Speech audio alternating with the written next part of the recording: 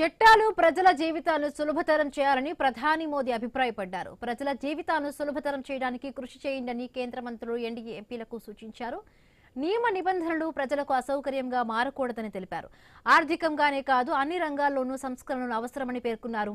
నెల 25న నిర్వహించే అటల్ జయంతి కార్యక్రమాలకు హాజరు కావాలని పిలుపునిచ్చారు. నియోజకవర్గాల్లో అన్ని కార్యక్రమాల్లో చురుగ్గా పాల్గొనాలని సూచించారు.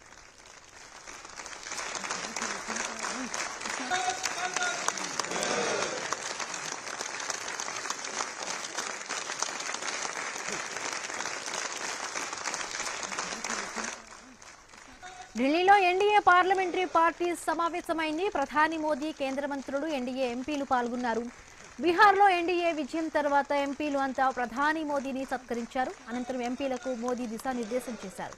పార్లమెంటు లోపల బయట విపక్షాలు చేస్తున్న విమర్శలకు గట్టిగా కౌంటర్ ఇవ్వాలని తెలిపారు. ఎంపీలకు మోదీ సూచనలు చేశారు.